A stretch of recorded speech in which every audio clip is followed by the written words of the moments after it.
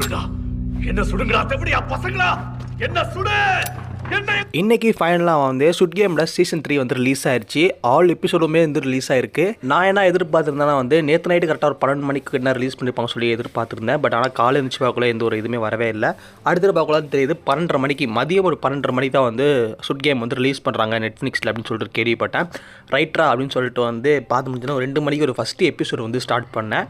First எபிசோடை மட்டுமே எனக்கு ரிவ்யூ பண்ண போகிறோம். ஏன்னா வந்து நிறையா எபிசோடை பார்த்து ரிவ்யூ பண்ணக்காட்டி ஒரு 2 நாளாச்சும் ஆயிரும். 2 நாள் கூட சொல்ல முடியாது. நாளைக்கு இப்படி இருந்தாலும் நாளைக்கு ஈவினிங் தான் ரிவ்யூ போடுற மாதிரி இருக்கும். அதனால் ஏன் வெயிட் பண்ணிக்கிட்டேன்னு சொல்லிட்டு ஒரு ஃபஸ்ட்டு எபிசோடை மட்டும் ரிவ்யூ பண்ணுறோம். பாக்கி எல்லாத்தையும் முடிச்சுட்டு நாளைக்கு ஈவினிங் போல் சொல்லலான்னு பிளானு. ஃபஸ்ட்டு எபிசோடு எப்படி ஆரம்பிக்குது, அதாவது செகண்ட் சீசன் 2 வந்து முடித்தாங்களே அதுலேருந்து தான் ஆரம்பிக்குது. ஆக்சுவலி அதுதான் கரெக்டாக கொண்டு வராங்க. ஏன்னா முடித்த இடத்துலேருந்தே அப்படியே தொடங்குறாங்க.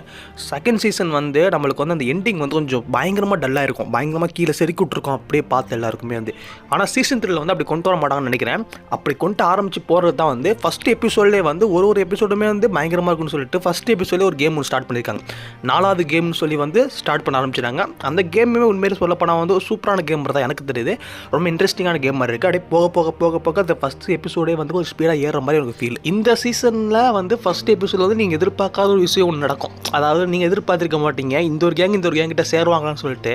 பட் ஆனால் நடந்து அது ஒரு சம்பவமாகி அதை அப்படியே வேறு லெவலில் கொண்டு வைப்பாங்க. இல்லை என்ன ஹைலைட்னா எந்த ஒரு சீனுமே வந்து ஹைப் இதை அப்படியே லென்த்தாக இழுக்கலை, அழகாக ஷார்ட் அண்ட் ஸ்வீட்டாக முடிச்சு விட்டாங்கன்னு தான் சொல்லி அவனோட எபிசோடில். அதாவது ஒரு சீன் வந்துச்சு, அந்த சீன் வந்து லைட்டாக இழுத்து அடிப்பாங்கன்னு நினச்சேன். ஆனால் அவங்க வந்து ஷார்ட் அண்ட் ஸ்வீட்டாக சூப்பராக முடிச்சு விட்டாங்க. அது பார்க்கவும் ரொம்ப நல்லாவே இருந்துச்சு. எபிசோடுக்கு ஒரு மெயின் கான்செப்ட் வந்து அது ஒரு கேம் தாங்க. அந்த கேம் பார்க்கல வந்து செகண்ட் எபிசோட் நம்ம சீக்கிரமாக போய் ஆகணும்னு சொல்லி தோணும். ஏன்னா அந்த எபிசோட் 1லேயே அந்த பாதி கேம் முடிஞ்சிடும். கேம் முடியாது, கேம் தொடங்க ஆரம்பிக்கும்.